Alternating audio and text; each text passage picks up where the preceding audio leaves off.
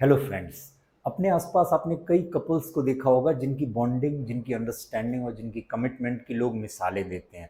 वहीं पर ऐसे भी कपल्स देखे होंगे आपने कि जो हमेशा कोई ना कोई प्रॉब्लम उनके बीच क्रिएट होती रहती है और फिर प्रॉब्लम्स को वो लोग कई बार सॉल्व कर लेते हैं और कई बार सॉल्व नहीं कर पाते और फिर कई बार ऐसा भी होता है कि वो एक दूसरे से अलग हो जाने के अलावा उनके पास कोई ऑप्शन नहीं बचता।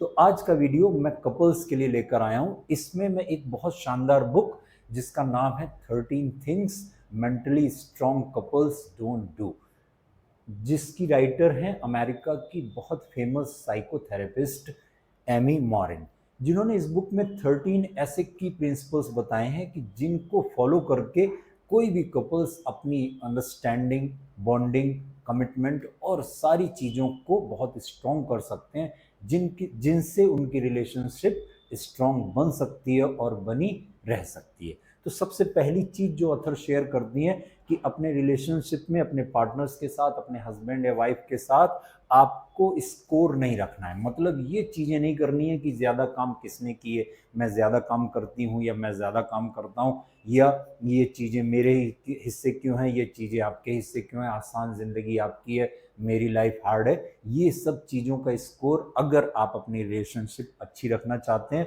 अपने कपल्स के साथ आप अपनी बॉन्डिंग अच्छी करना चाहते हैं, तो इस चीज़ को आपको छोड़ना होगा कि किसी भी तरह का कोई स्कोर नहीं। एक टीम के रूप में लाइफ को, ज़िंदगी को जीने की आदत डालिए जिसमें कोई भी आपको स्कोर किसी भी तरह का नहीं रखना है। दूसरी चीज़ जो आपको नहीं करनी है, आप अपने पार्टनर से बिल्कुल भी परफेक्शन की उम्मीद नहीं करेंगे। इस दुनिया में कोई भी परफेक्ट नहीं होता। आप किसी भी काम में, किसी भी चीज़ में सामने वाले से परफेक्शन की उम्मीद मत करिए।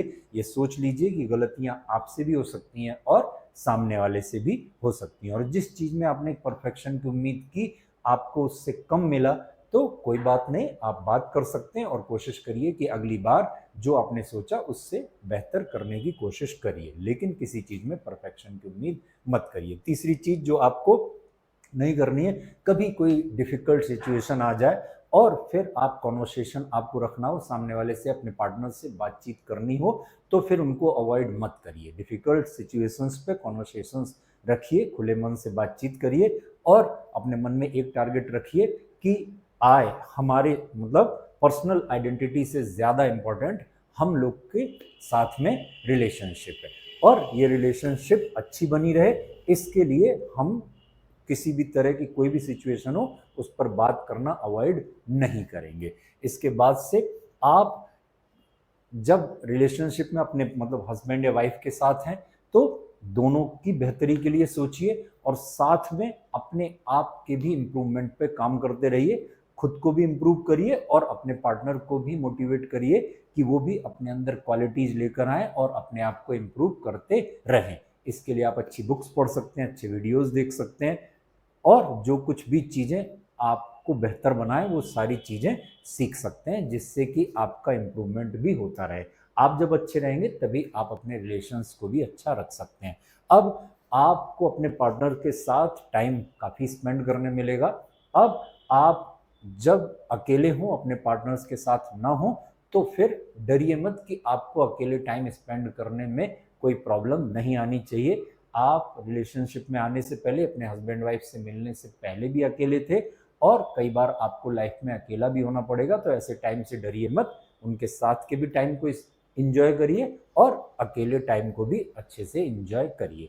इसके बाद से अगर आपका पार्टनर आपकी किसी भी तरह से बेइज्जती कर रहा है, डिसरेस्पेक्ट कर रहा है, तो फिर उसको टॉलरेट मत करिए। अच्छे वर्ड्स में, अच्छे शब्दों में बताना कहिए और बताना सीखिए, और उसका विरोध दर्ज कीजिए कि ये चीज़ मुझे पसंद नहीं आई, आगे से आप ऐसा करेंगे तो ये मुझे अच्छा नहीं लगेगा।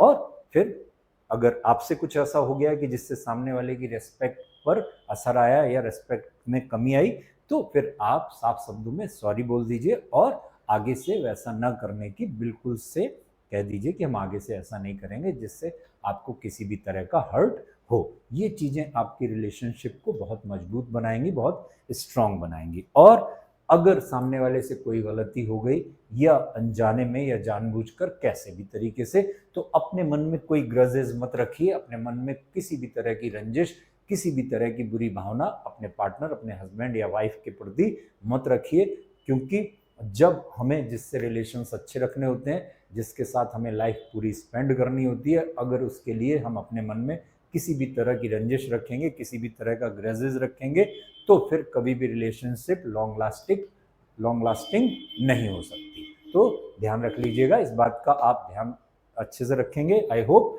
और फिर सामने वाले की वैल्यूज को भी इग्नोर मत करिए। सामने वाले के जो प्रिंसिपल्स हैं, जो फिलॉसफीज हैं, जो वैल्यूज हैं, उनको आप इग्नोर मत करिए। उनके हिसाब से आप अपने आप को ढाल सकते हैं तो ढाल लीजिए। कुछ चीज़ें अगर आप अपने अंदर नहीं ला सकते, उन चीज़ों को आप सपोर्ट नहीं कर सकते, तो बता दीजिए कि ये चीज़ें मेरे से नहीं हो सकती, आप इसको आप करिए, मैं अपने हिसाब से इसको ऐसे कर लूँगी या कर लूँगा।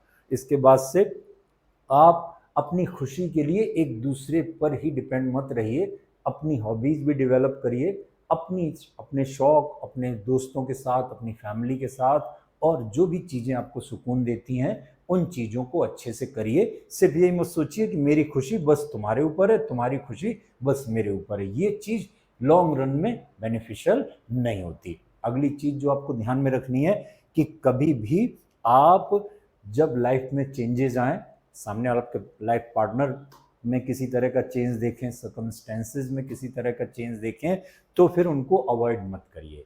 लाइफ में चेंजेज आते रहेंगे, चेंजेज के हिसाब से अपने आप को ढाल लेना ही सही लाइफ है, सही ढंग से जीना है। तो इस चीज़ को अगर आप ध्यान रखेंगे, बहुत सारे रीजंस होते हैं लाइफ में चेंज आने के, तो जब चेंज आए तो फिर उनको अवॉइड मत करिए, उनके साथ साथ अपने आप को भी चेंज करते रहिए।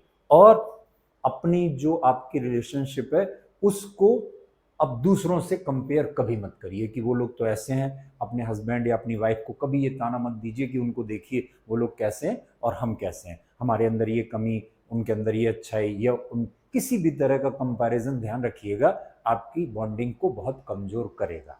आप दूसरों से क्या सीख सकते हैं, अच्छी चीज़ों पर ध्यान दीजिए, और बाकी किसी तरह का कंपैरिजन आपको करने की ज़रूरत नहीं है अगर आप अपने रिलेशंस को अच्छे रखना चाहते हैं तो। इसके बाद से किसी भी तरह की बैड हैबिट्स को अपने पास आने मत दीजिए। अगर आप कोई बैड हैबिट डेवलप कर रहे हैं, जैसे ड्रिंकिंग, जैसे स्मोकिंग, या अब्यूजिंग, या किसी भी तरह की कोई भी बैड हैबिट आपके अंदर आ रही है, तो उसको जल्दी से जल्दी छोड़ दीजिए।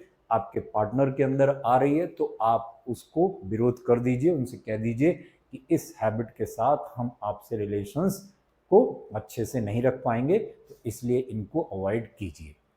इसके बाद से अगर किसी हैबिट को छोड़ने में दिक्कत आए तो आप किसी प्रोफेशनल या किसी थेरेपिस्ट की भी मदद ले सकते हैं। इसके बाद से अगर लाइफ में कोई प्रॉब्लम आए, आपकी रिलेशनशिप में कोई प्रॉब्लम आए, तो बहुत जल्दी हार मत मान लीजिए। उनके सॉल्यूशंस क्या हो सकते हैं, अपनी फैमिली के सीनियर मेंबर्स से बात कर सकते हैं आप, या जब आपको लगे कि आपकी फैमिली या आपके फ्रेंड्स से ये मैटर सॉल्व नहीं हो सकता, तो फिर आप किसी काउंसलर से मदद ले सकते हैं, किसी प्रोफेशनल से मदद ले सकते हैं, लेकिन हार नहीं मानेंगे। और जब आप ध्यान रखिएगा, आप अपने पर्सनल इंडिविजुअलिटी से ज़्यादा एज अ कपल सक्सेसफुल होना चाहते हैं, एज अ कपल हैप्पीनेस खोजना चाहते हैं, पीस ऑफ माइंड खोजना चाहते हैं, और लाइफ को अच्छे से जीना चाहते हैं, तो फिर आपको छोटी मोटी चीज़ें बहुत सारी इग्नोर करनी होंगी, क्योंकि वहाँ पर आप एज अ मीन्स आपको अपने सिर्फ अपने तक ही नहीं सोचना है। एज अ कपल जब सोचने की आदत डालेंगे, तब आप बहुत सारी चीज़ें एंजॉय कर पाएंगे, बहुत सारी प्रॉब्लम्स को सॉल्व कर पाएंगे, और ज़िंदगी को, लाइफ को बहुत अच्छे से जी पाएंगे।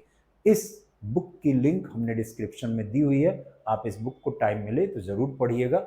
आपको बहुत सारी ऐसी अच्छी चीज़ें सीखने को मिलेंगी जिन्हें आप लाइफ में इम्प्लीमेंट करके एज अ कपल बहुत सक्सेसफुल हो सकते हैं। आई होप कि आज का वीडियो आपको पसंद आया होगा।